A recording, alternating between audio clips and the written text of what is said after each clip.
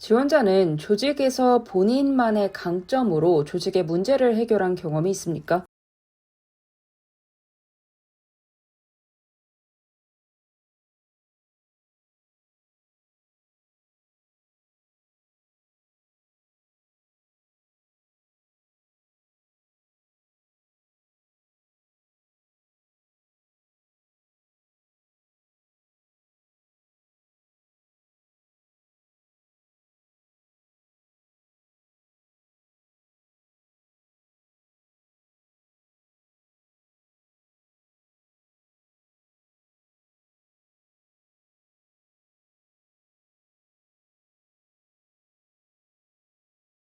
사실 강점과 약점에 대한 질문은 우리가 앞에서 계속해서 정리를 해보았습니다.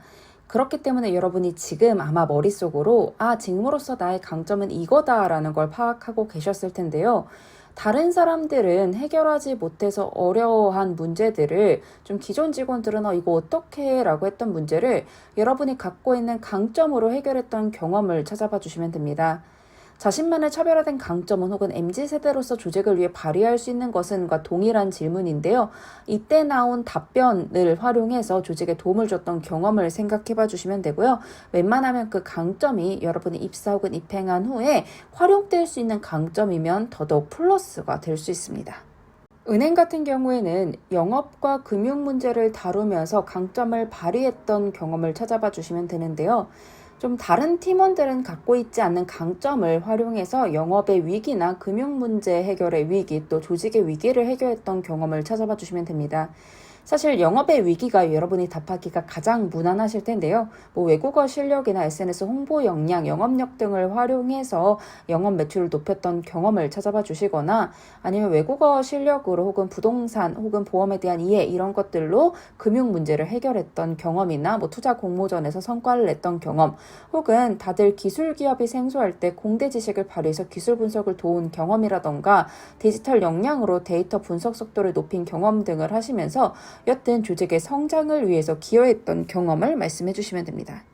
공기업은 사실 직무별로 갖고 있는 성격의 특성이 뚜렷합니다. 각 직무마다 지원 자격도 있고 또 우대 자격증도 있기 때문에 성격 특성이 뚜렷한데 결국 공기업은 1인분의 월급만 줘도 2인분을 해낼 수 있는 사람을 선호하고요. 이 2인분을 해낼 수 있다는 건 내가 지원한 그 특성이 뚜렷한 직무 외에도 다른 직무의 업무까지 좀 소화가 가능하다라는 얘기를 해줄 때 플러스가 된다는 의미입니다.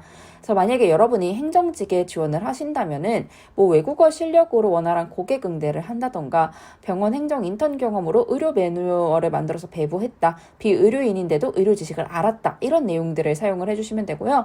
그 외에 직무라면은 간호사지만 운동학을 배웠다던가 정기직이지만 건축을 배웠다. 이런 식으로 내가 특정 특성을 띠고 있는 직무이긴 하지만 다른 것들도 배웠어 라고 같이 어필을 해주시면 됩니다.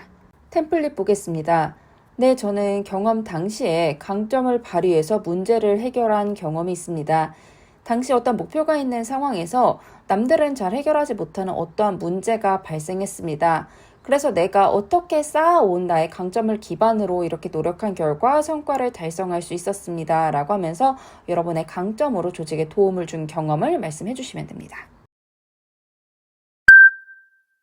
지원자는 조직에서 본인만의 강점으로 조직의 문제를 해결한 경험이 있습니까?